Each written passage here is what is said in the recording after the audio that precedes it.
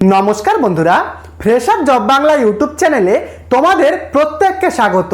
যুব শক্তি নিয়ে তোমরা যারা এতদিন থেকে ওয়েট করে রয়েছো, তোমাদের জন্য অবশেষে দারুণ খুশির খবর চলে এলো।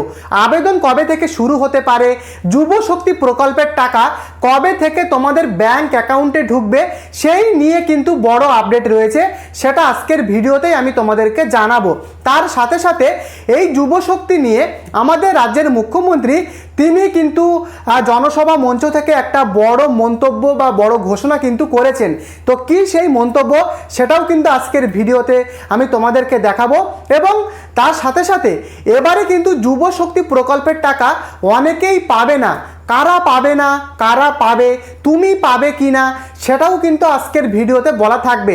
আজকের ভিডিওটা তোমাদের জন্য অত্যন্ত গুরুত্বপূর্ণ, তোমরা শেষ পর্যন্ত দেখো।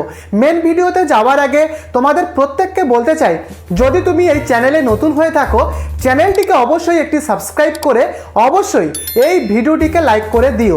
তো চলো আমি মেন আপডেটে চলে যাচ্ছি। তো যুব শক্তি প্রকল্প নিয়ে আমাদের রাজ্যের মুখ্যমন্ত্রী তিনি কিন্তু জনসভা মঞ্চ থেকে একটা বড় ঘোষণা করলেন। কি সেই ঘোষণা, চলো তোমরা ভিডিওটা দেখে নাও। আগামী 22 তারিখের রাজ্য বাজেট আছে, সেখানে যুবকদের জন্য, আমাদের শিক্ষিত চাকরি প্রার্থীদের জন্য আমাদের আরো অনেক কর্মসূচি আপনারা দেখতে পাবেন। তো তোমরা দেখতেই পেলে আমাদের রাজ্যের মুখ্যমন্ত্রী মাননীয় শুভেন্দু অধিকারী মহাশয় তিনি কিন্তু পরিষ্কার বলছেন যে আগামী 22শে জুন যে আমাদের রাজ্যের যে বাজেট, সেই বাজেট কিন্তু হতে চলেছে। এবং সেই বাজেটে আমাদের বাংলার যুবক যুবতীদের জন্য কিন্তু বড় আপডেট আসতে চলেছে। সেই বাজেটে কিন্তু যুব শক্তি নিয়ে বড় ঘোষণা আসতে চলেছে আমার যেটা মনে হয়, কারণ মুখ্যমন্ত্রী তিনি কিন্তু সেটাই ইঙ্গিত দিতে চাইলেন। তো আগামী 22শে জুন যুব শক্তির বাজেট কিন্তু আসতে চলেছে। এবারে প্রশ্ন, অনেক জায়গাতে শোনা যাচ্ছে যে এমপ্লয়মেন্ট এক্সচেঞ্জ কার্ড করতে হবে কিনা, অনেক জায়গায় তোমরা দেখছো এবং এই নিয়ে তোমরা আমাকে বহুবার তোমরা অনেকেই ম্যাক্সিমাম কমেন্ট করেছো। দেখো, এমপ্লয়মেন্ট এক্সচেঞ্জ কার্ড করতে হবে কি হবে না, শুভেন্দু অধিকারী মহাশয় বা তার সরকার কোনো কিছু এখনো কিন্তু এই বিষয়ে কোনো মন্তব্য করেনি। অতএব এমপ্লয়মেন্ট এক্সচেঞ্জ কার্ড এখন কিন্তু করার কোনো প্রয়োজন নেই। যদি কোনো প্রয়োজন হয় কিংবা সরকার থেকে যদি তারা বলে, তাহলে অবশ্যই এই চ্যানেলেই তোমরা এমপ্লয়মেন্ট এক্সচেঞ্জ কার্ডের পুরো গোটা কিন্তু একটা আবেদন পদ্ধতি নিয়ে আমি ভিডিও আনবো। বুঝতে পেরেছো? এবারে প্রশ্ন, যুব শক্তির টাকা এবারে কিন্তু অনেকেই পাবে না, অনেকেই পাবে না।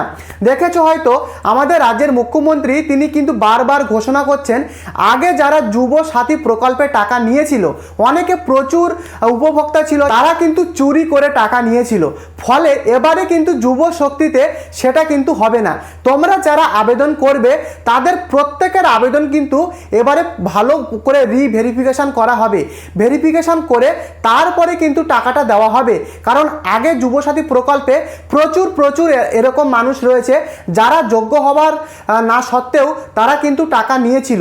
ফলত আমাদের রাজ্যের মুখ্যমন্ত্রী এবারে কিন্তু যুব শক্তি প্রকল্প নিয়ে বড় কড়াকড়ি ব্যবস্থা নিতে চলেছে। এবারে প্রশ্ন, যুব শক্তি প্রকল্পের টাকা কারা পাবে না। দেখো, বারবার আমি তোমাদেরকে প্রত্যেকটা ভিডিওতে বলি, প্রথমে বলি তোমাদেরকে পশ্চিমবঙ্গের স্থায়ী বাসিন্দা হতে হবে, মাধ্যমিক পাস বা তার সমতুল্য পাস তোমাদেরকে থাকতে হবে, 21 থেকে 40 বছরের মধ্যে তোমাদের বয়স হতে হবে এবং তোমাকে অবশ্যই বেকার হতে হবে, বেকার হতে হবে। দেখো, তুমি যদি কোনো প্রাইভেট সংস্থা বা সরকারি সংস্থাতে তুমি যদি চাকরি করো বা তোমার যদি সোর্স অফ ইনকাম কোনো কথা থেকে আসে, তাহলে তো তুমি আর বেকার নাও, তাহলে কিন্তু তোমাদেরকে টাকা দেওয়া হবে না। যুব শক্তি টাকা পাওয়ার প্রথম শর্ত তোমাকে বেকার হতে হবে। বারবার কিন্তু আমাদের রাজ্যের মুখ্যমন্ত্রী তেমনটাই কিন্তু বলেছেন। এবারে যারা আবেদন করবে তাদের ভেরিফিকেশান কিন্তু খুব কড়াকড়িভাবে হবে। তারপরে যারা যোগ্য তাদের অ্যাকাউন্টেই কিন্তু এবারে 3000 টাকা ডিবিটির মাধ্যমে ঢোকানো হবে। বুঝতে পেরেছো? তাহলে এবারে প্রশ্ন, ফর্ম ফিল আপটা আমাদের কবে থেকে শুরু হবে, এই নিয়ে তোমরা ম্যাক্সিমাম কমেন্ট আমাকে করছো। দেখো, ফর্ম ফিল আপ কবে থেকে শুরু হবে সেটাও আমি তোমাদেরকে বলে দিচ্ছি। আগামী 22শে জুন বাজেট পেশ হতে চলেছে আমাদের রাজ্যে। বিভিন্ন স্কিমের বাজেট কিন্তু সেই দিন প্রকাশিত হবে এবং সেই দিন যুব শক্তির বাজেট নিয়েও কিন্তু একটা বড় ঘোষণা আসতে চলেছে।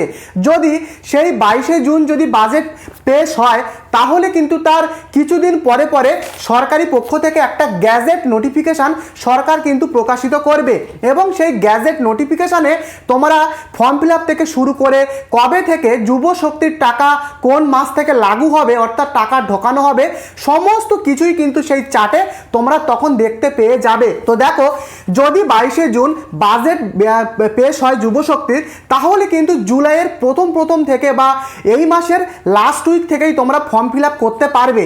আর টাকা তাহলে কবে ঢুকবে? দেখো, ফর্ম ফিল আপ করার সাথে সাথে কিন্তু তোমাদের জুলাই মাসের দিকে মিডিল উইক থেকে টাকা ঢুকে যাওয়ার সম্ভাবনা রয়েছে। কারণ এবারে অন্নপূর্ণা ভাণ্ডার প্রকল্পেও কিন্তু দেখা গেছে যারা আবেদন করেছিল 2 তারিখ বা 1 তারিখের মধ্যে তাদের টাকা কিন্তু 3 তারিখেই দেওয়া হয়েছে। অতএব যুব শক্তি প্রকল্পের ফর্ম ফিল আপ করার সাথে সাথে তারপরে থেকে কিন্তু টাকা ছাড়া শুরু হয়ে যাবে। বুঝতে পেরেছো? তো আশা করি পুরো ব্যাপারটা তোমরা ক্লিয়ার হতে পেরেছো। তো এই কিন্তু যুব শক্তির আপডেট। যদি তোমাদের ভিডিওটি ইনফরমেটিভ বা তোমাদের ভালো লাগে প্রত্যেককে অনুরোধ করব চ্যানেলটিকে অবশ্যই তোমরা সাবস্ক্রাইব করে অবশ্যই এই ভিডিওটিকে লাইক করে দিও, কারণ যুব শক্তির যে কোনো সরকারি লেটেস্ট আপডেট সবার আগেই তুমি এই চ্যানেলে পাবে। তাই চ্যানেলটিকে সাবস্ক্রাইব করতে ভুলো না। পরবর্তী ভিডিওতে দেখা হচ্ছে। ধন্যবাদ।